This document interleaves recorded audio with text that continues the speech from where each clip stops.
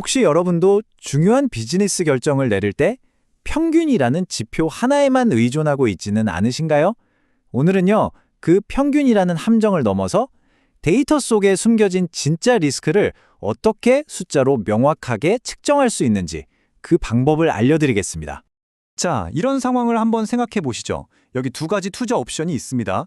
그런데 두 가지 모두 월 평균 수익률이 3%로 똑같다면 여러분은 어떤 걸 선택하시겠어요? 글쎄요, 언뜻 보기엔 둘 다 비슷해 보이죠. 하지만 바로 이 지점이 우리가 편견이라는 아주 교묘한 함정에 빠지는 순간입니다.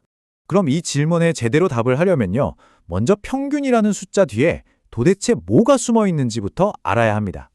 데이터가 우리에게 거는 일종의 착시 현상, 지금부터 그걸 한번 파헤쳐 보겠습니다.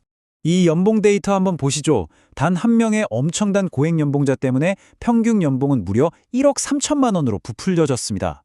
하지만 실제 대다수 직원들이 느끼는 현실은 어떨까요? 4천만 원이라는 중앙값에 훨씬 더 가깝죠. 이처럼 평균은 극단적인 값 하나에 너무나 쉽게 휘둘리는, 어떻게 보면 좀 불안정한 지표라고 할 수 있습니다. 네, 바로 이겁니다. 진짜 중요한 건 데이터의 중심점이 아니라 데이터가 얼마나 퍼져 있느냐, 즉 분포에 있습니다. 데이터가 촘촘하게 모여 있는지 아니면 넓게 흩어져 있는지를 파악하는 것, 이게 바로 현명한 의사결정의 진짜 출발점입니다. 좋습니다. 그럼 이 데이터의 퍼짐 정도, 그러니까 비즈니스 세계에서 말하는 변동성이나 리스크를 어떻게 숫자로 딱 표현할 수 있을까요? 지금부터 그 구체적인 도구들을 하나씩 살펴보겠습니다. 우선 첫 번째 개념은 삼포도라는 건데요. 용어는 좀 어려워 보이지만 사실 별거 아닙니다. 그냥 데이터들이 서로 얼마나 멀리 떨어져 있는지, 얼마나 흩어져 있는지를 나타내는 아주 일반적인 아이디어라고 생각하시면 됩니다. 그리고 이걸 숫자로 처음 표현하는 게 바로 분산입니다. 쉽게 말해서요, 각각의 데이터가 평균에서 얼마나 멀리 떨어져서 요동치고 있는지 그 변동성의 에너지 자체를 수치화한 거라고 보시면 돼요. 근데 이 분산에는 좀 치명적인 단점이 하나 있어요.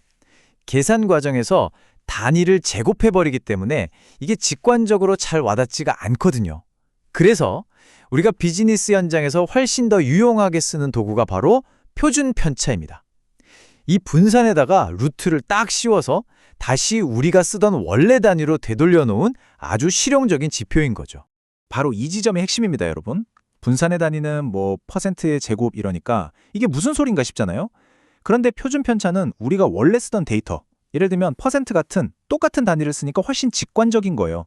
덕분에 우리가 리스크를 훨씬 쉽게 이해하고 또 다른 사람들과 이야기할 수 있게 되는 거죠.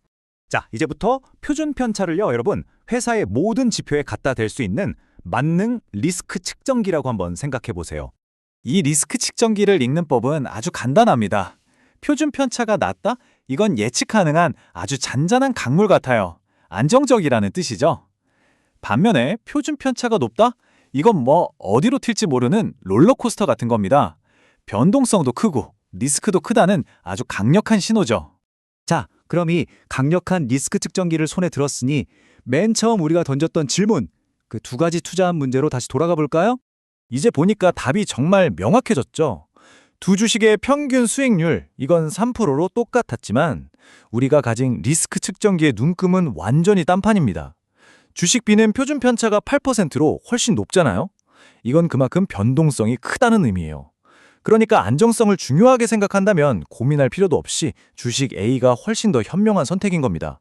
그런데 말이죠, 이런 경우는 어떨까요? 만약에 평균 수익률 자체가 다르다면요?